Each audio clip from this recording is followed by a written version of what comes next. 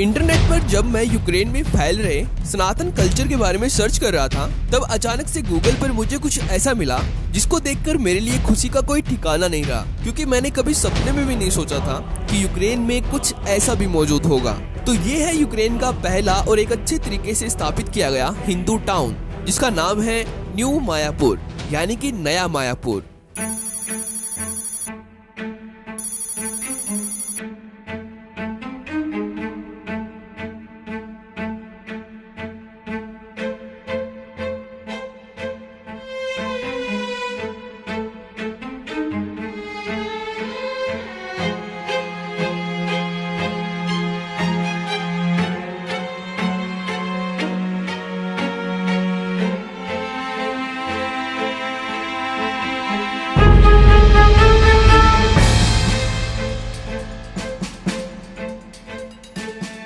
New Mayapur Ukraine की ओरिल नदी के किनारे मौजूद है, जिसने रशिया यूक्रेन वॉर में हजारों यूक्रेनियन परिवारों को यहाँ पर शरण दी और उनको शुद्ध शाकाहारी भोजन खाने को दिया।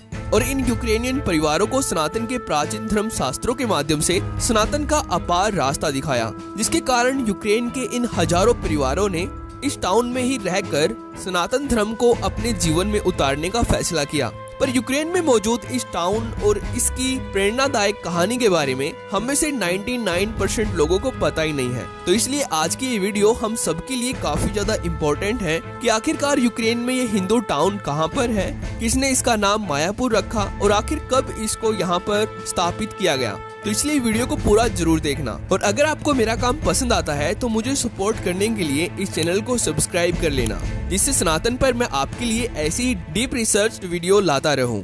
तो चलिए देखते हैं।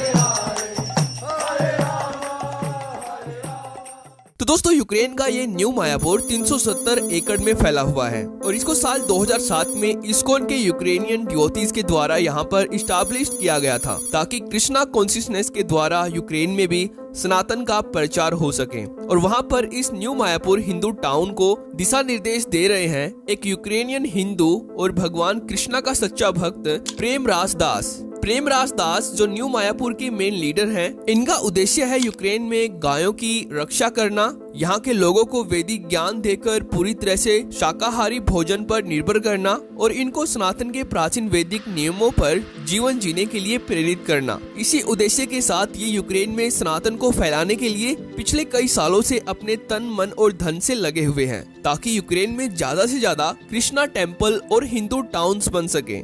तो न्यू मायापुर की कहानी कुछ ऐसी है कि ये टाउन भारत के पश्चिम बंगाल में मौजूद मायापुर से प्रेरित होकर बनाया गया है, जिसका दूसरा नाम है वैष्णव एजुकेशनल सेंटर, क्योंकि इस टाउन में यूक्रेनियन लोगों को वैष्णव संप्रदाय के माध्यम से सनातन के बारे में बताया जाता है। और हम पिछली वीडियोस में भी बात कर चुके हैं कि कैसे वैष्णव संप्रदाय इस्कॉन के माध्यम से पूरी दुनिया में ऐसे ही हिंदू टाउन्स बनाती जा रही हैं। और जैसे वेस्ट बंगाल का मायापुर जिलंगी नदी और गंगा की सहायक नदी भागीरथी के संगम पर स्थित है, वैसे ही न्यू मायापुर यूक्रेन के निप्रोपेट्रोव्स्क रीजन में मौजूद ओरिल नदी के किनारे पर स्थित है। और जब से यूक्रेनियन हिंदुओं ने रशिया यूक्रेन युद्ध के दौरान हजारों यूक्रेनियन लोगों की जान बचाई और उनको इस हिंदू टाउन में शरण देकर सनातन धर्म का रास्ता दिखाया, तब से न्यू मायापुर यूक्रेनियन मीडिया की सुर्खियों में है, जिसके कारण पूरे यूक्रेन की नजर इस टाउन पर टिकी हुई है कि कैसे यूक्रेन की एक सबसे बड़ी हिंदू समुदाय ने रूस और यूक्रेन के युद्ध में बिछड़ने वाले यूक्रेनियन परिवारों के प्रति मानवता दिखाई और उनको अपने हिंदू टाउन में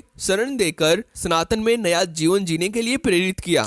Since the beginning of the war, New Mayapur ISKCON Education Center has provided shelter for hundreds of devotees who have been displaced because of the war. On the 10th of October 2022, a new phase of the war in Ukraine began. There have been a large number of missile strikes on the country's energy infrastructure. Also, kamikaze drones are targeting residential areas of Ukrainian cities on a daily basis, causing multiple casualties among the civilian population.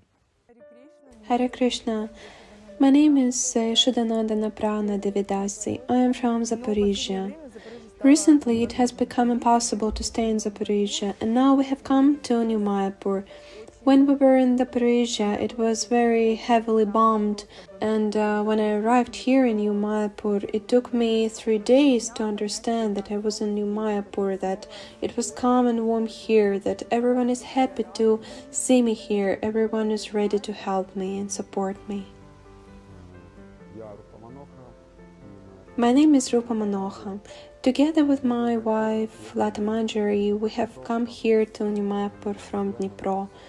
We have come here because missile strikes started in Dnipro. Knowing about Mariupol and understanding that the situation could change for the worse, without thinking twice, we have decided to move.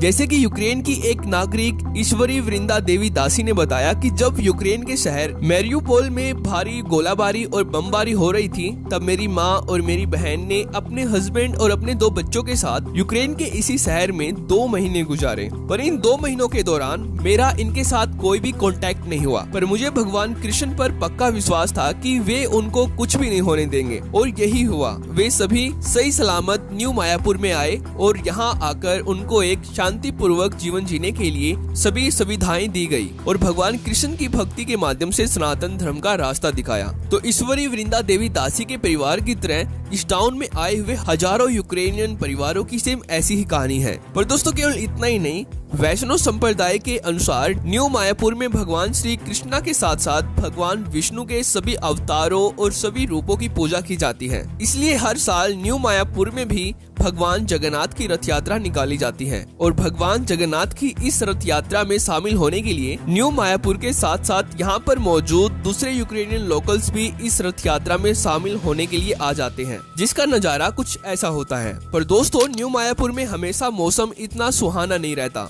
सर्दियों में यहाँ का temperature minus में चला जाता है, जिसके कारण यहाँ पर भारी मात्रा में स्नोफॉल होती है और न्यू मायापुर के सभी घर बर्फ से ढक जाते हैं। पर यहाँ का टेम्परेचर -5 डिग्री सेल्सियस होने के बाद भी यहाँ के लोगों में भगवान श्री कृष्णा के प्रति आस्था थोड़ी सी भी कम नहीं होती, क्योंकि यहाँ के बच्चों से लेकर बड़ों तक विंटर में भी हर कोई भगवान की भक्ति में लीन रहते हैं। तो अगर आप यूक्रेन में हो तो न्यू मायापुर हिंदू टाउन में जरूर विजिट करना। तो दोस्तों, आज की इस वीडियो में इतना ही। अगर आपको ये वीडियो इंपॉर्टेंट लगती है तो इसको अपने रिलेटिव्स के साथ शेयर कर देना, और अगर आपको हमारा काम पसंद आता है तो हमें सपोर्ट करने के लिए इस चैनल को सब्सक्राइब जरूर कर लेना। तो थैंक्स फॉर वॉचिंग।